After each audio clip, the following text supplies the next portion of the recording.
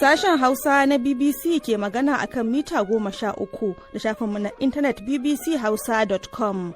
Masu sauraro Aisha Aliyu Jafar ke muku sallama a cikin shirinmu na karfe 3 daidai a agogon Najeriya da Nijar, wato 2 daidai kenan a agogon GMT da Ghana. A cikin shirin namu na yanzu za ku ji cewa Isra'ila ta ce ta kashe kwamandan sojin ruwa na rundunar juyin juya halin Iran da wasu manyan jami'an rundunar. Afirka ta Kudu ta ce Faransa ta janye gayyata da ta yi mata zuwa taron shugabannin kasashen G7 saboda matsin lambar Amurka. A Najeriya, yayin da ake ci gaba da jita-jitar rasuwar malamin addinin Musulunci Sheikh Sani Khalifa Zaria da ke hannun hukumar tsaro ta DSS, iyalansa sun yi wa BBC ƙarin bayani kan abin da suka sani. Ya babu abun da aka faɗa mana wallahi, yanda kowa yake a rufe akan wannan harka haka muke a rufe, ba za mu iya ce maka ga wani official bayani akan menene dalili ya ake ciki me ake ciki, Allah ba mu ci gaskiya. A wanda mu ganshi ai turin da aka tafi da shi babu wanda ya ƙara ganin shi, babu wanda ya ƙara jin muryar shi, babu wanda ba mu gama wanda ya ganshi ba mu ji wanda ya ji muryar sa ba. Za kuma mu ji yadda wata kungiyar lafiya ta Sudan ta zargi mayakan RSF da tilastawa fiye da mutum 3,000 yin gudun hijira.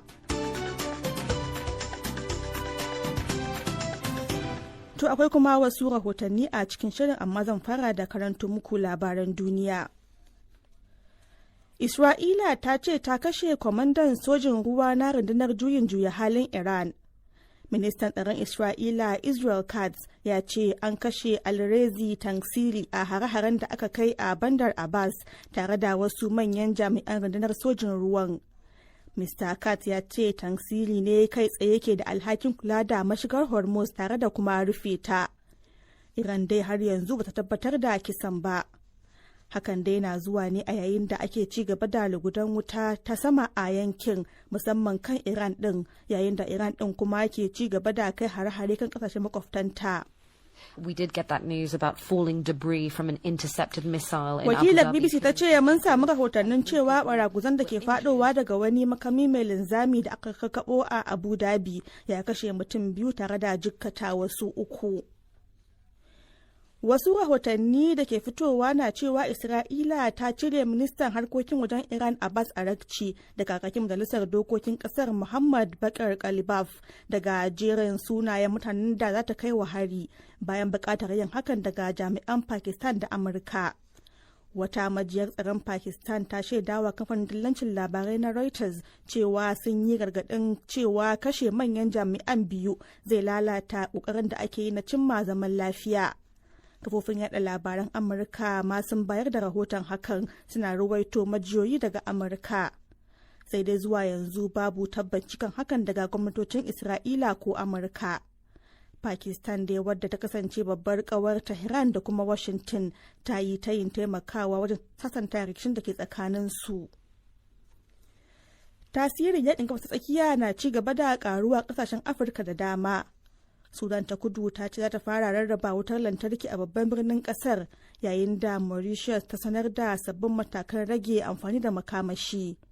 A kasar Kenya, rashin samun isasshen man fetur da iskar gas ya haifar da damuwa, inda wasu masu sayar da mai masu zaman kansu suka bayar da rahoton cewa wasu gidajen mai sun rufe baki daya. A yayin da gwamnatoci ke kokarin lalubo mafita, Zimbabwe za ta kara yawan sinadarin ethanol a cikin man fetur ɗinta. Zimbabwe will scrap some taxes on fuel imports to reduce fuel prices. Wakilar BBC ta ce Zimbabwe ta ce kuma za ta soke wasu haraje-haraje kan shigo da mai domin rage farashinsa da ya karu da kusan kashi 40 cikin 100 a ƙasa da wata guda. To labaran duniyar na zuwa muku ne daga nan BBC Hausa. Afirka ta Kudu ta ce Faransa ta janye gayyatar da ta yi mata zuwa taron shugabannin kasashen kungiyar kasashen tattalin arziki a duniya, wato G7, da za a yi a watan Yuni saboda matsin lambar da Amurka ta yi mata. Kakakin fadar shugaban kasar ya ce an shaida musu cewa Faransa ta fuskanci matsin lamba na janye gayyatar da ta yi wa shugaba Cyril Ramaphosa, inda Amurka ta yi barazanar kauracewa taron idan ba a yi hakan ba. Shugaba Trump dai ya sha sukar gwamnatin Afirka ta Kudu a bainar jama'a da sanya mata haraji mai yawa tare da caccakar Mr. Ramaphosa kan zargin da ake yi na yi wa fararen fata kisan kare dangi a ƙasar. Ministocin harkokin wajen kasashen G7 din za su gana a Faransa a yau domin tattauna muhimman matsalolin da duniya ke fuskanta da suka hada da rikicin Iran da kuma Ukraine.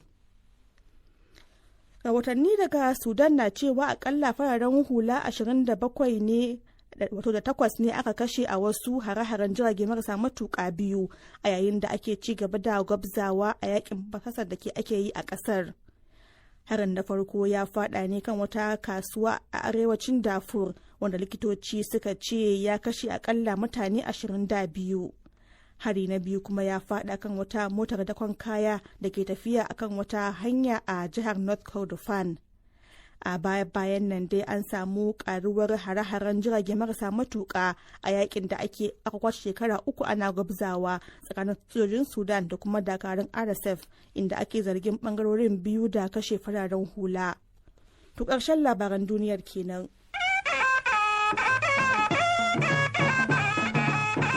Yanzu kuma sai fagen rahoton da muke dauke da su a cikin shirin, kuma kamar yadda kuka ji a cikin labaran duniya. Isra'ila ta ce ta kashe kwamandan sojin ruwa na rundunar juyin juya halin Iran. Ministan tsaron Isra'ila Israel Katz ya ce an kashe Alrezi Tangsiri a har-haren da aka kai a Bandar Abbas tare da wasu manyan jami'an rundunar sojin ruwa. Har yanzu dai ba a samu wani tabbaci daga Iran kan hakan ba. Ga rahoton Ibrahim Yusuf Muhammad. Mr. Katz ya ce Ali Reza Tangsiri shine ke da alhakin rufe mashigar Hormuz kai tsaye.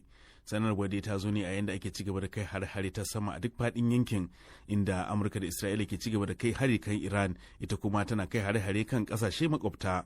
Jami'ai a haɗaɗɗiyar daular Larabawa sun ce an kashe mutum 2 a Abu Dhabi bayan da tarkacen makami mai linzami da aka kakkaɓo ya faɗo masu. A wani bangare kuma yayin da Amurka da Iran ke ci gaba da musayar kalamai masu cin karo da juna kan batun tattauna kawo ƙarshen yakin, ƙasashen yankin Gulf dai sun buƙaci a sanya su cikin duk wata tattaunawa da za ta gudana domin a cewar su a kansu ne Iran ke huce haushinta. Tarkacen makamai masu linzami da ake kakkaɓowa dai sun janyo asarar rayuka a Abu Dhabi da Kuwait da kuma Saudiya. Haɗaɗɗiyar daular Larabawa ce ta fi jin jiki daga hare-haren na Iran, inda aka harba mata akalla makamai masu linzami da jirage mara matuƙa guda 2,100. Yayin da ma'aikatar tsaron ƙasar ke cewa an daƙi da akasarin hare-haren, gwamnati dai na ci gaba da ƙin fitar da bayanai da suka shafi irin ɓarnar da aka yi mata. Abin da gwamnatin Abu Dhabi ta dage a kai dai shine idan duk wata tattaunawa za ta gudana, tana buƙatar a sanya sharaɗin takaita shirin samar da makamai masu linzami da jirage marasa matuƙa na Iran. Haɗaɗɗiyar daular Larabawa dai ta ce matakin na Iran ya sa ta ƙara ƙulla alaƙa ta tsaro da Washington. Sai dai ana ta tafka muhawara a yankin Gulf kan ko alaƙa da Amurka ta bayar da kariya da ƙasashen da ke ƙawancin da ita ke buƙata. Rahoton Ibrahim Yusuf Muhammad kenan. To yayin da ake ci gaba da raɗe-raɗin rasuwar malamin addinin musulunci a Najeriya Sheikh Sani Khalifa Zaria da ke tsare a hannun hukumar tsaron farin kaya ta DSS, iyalansa sun yi wa BBC ƙarin bayani kan halin da yake ciki. Hukumar leƙen asiri ta ma'aikatar tsaron Najeriya DIA ce ta kama malamin a bara bisa zarginsa da hannu a yunkurin juyin mulki ga gwamnatin Bola Ahmed Tinubu, inda daga bisani ta miƙa shi ga hukumar DSS. Ga rahoton Muslim Muhammad Yusuf. Ɗaya daga cikin 'ya'yan malamin Ibrahim Sani Khalifa ya ce tunda aka kama mahaifin nasu har yanzu ba su ido bi da shi ba, kuma an hana shi ganawa da lauyoyinsa. Ya ce hankalinsu ya tashi matuƙa da suka fara ganin jita-jitar rasuwar mahaifin nasu, amma ba za su iya tabbatar da hakan ba a yanzu.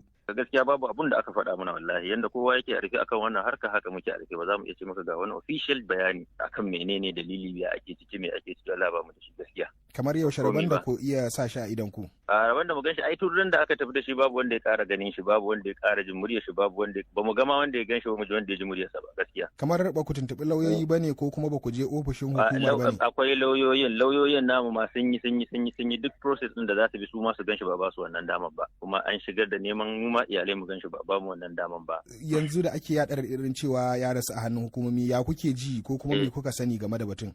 To ka san wannan magana gaskiya babu daɗi, ka gama cewa kawai an ce ya rasu ɗin hankalinka ba zai kwanta ba, dole ka ji wani iri saboda jin ma rasuwa kawai.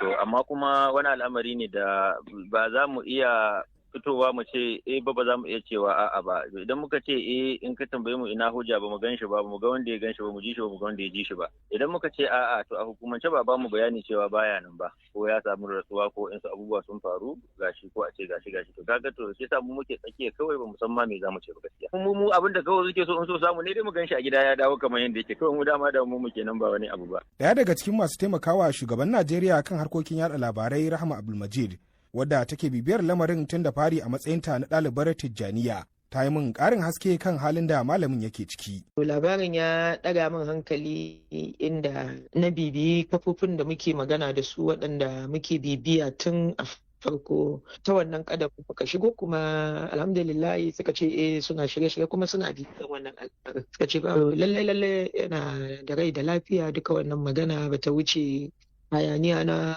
social media ba. Kamar ke tun da aka fara wannan lamari kin samu haɗa ido da shi? A'a, shi wato wannan al'amari da ake gwagwagwa a kai al'amari ne ba wanda ba kan shi faru ba ne. Ba mu je mu yi wa su jami'an tsaro katsalandar ba. Abin da muke nema shine abu doka wajen kawo shi kowa ya gan shi, wanda kuma akan haka muke aiki. Har yanzu dai hukumomin Najeriya ba su fito fili sun yi ƙarin bayani game da batun jita-jita rasuwar malamin ba, duk wada yadda suke shan suka da matsin lamba daga 'yan Najeriya. Hukumar DSS ce ke ci gaba da tsare Sheikh Sani Khalifa Zaria a wani waje na sirri da har yanzu ba a ba kowa damar ganinsa ba. BBC ta tuntuɓi mai magana da yawun hukumar ta DSS Peter Afunanya, amma har zuwa lokacin kammala wannan rahoton bai amsa kiran da muka masa ta waya ba. Mun kuma tura masa sako ta manhajar WhatsApp amma bai amsa buƙatar ba. Masu rajin kare haƙƙin ɗan adam da manyan 'yan siyasa a ƙasar na ci gaba da yin tambayoyi da matsin lamba ga hukumomin Najeriya da su gurfanar da malamin a gaban shari'a ko su sake shi idan babu wata hujja. Ana tsare da Sheikh Sani Khalifa ne tun a ranar 11 ga watan Disambar 2025, inda iyalansa suka ce suna zargin an kama shi ne bayan wata kyautar naira miliyan 2 da wani ɗalibin shugaban ɗariƙar Tijjaniya ta Fitiyanul Islam ɗin ya bashi, inda aka yi zargin yana daga cikin jami'an sojin da suke da hannu a yunkurin juyin mulkin. Muslim Muhammad Yusuf, BBC Hausa, a Abuja, Najeriya. To har yanzu a Najeriya, rundunar 'yan sandan kasar reshen jihar Oyo ta yi nasarar cafke mutum 7 da ake zargi da hannu a mummunan harin da aka kai ofishin kula da gandun daji na ƙasa da ke Oloka.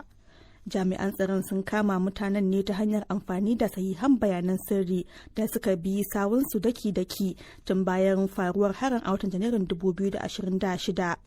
Wakilinmu na Lagos Umar Shehu Leman ya aika mana da wannan rahoto.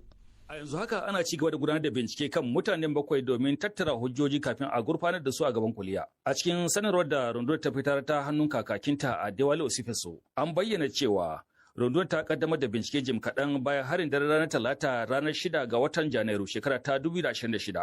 Wannan hari ya yi sanadiyar mutuwar jami'an gandun daji 4. Binciken da sashen binciken manyan laifuka na jiha ya gudanar ya nuna cewa wasu gungun mutane 10 ne akan babura suka kai harin don kubutar da abokan burme su da masu gandun daji suka kama suna aikata wasu ayyuka da suka saba da umarnin doka.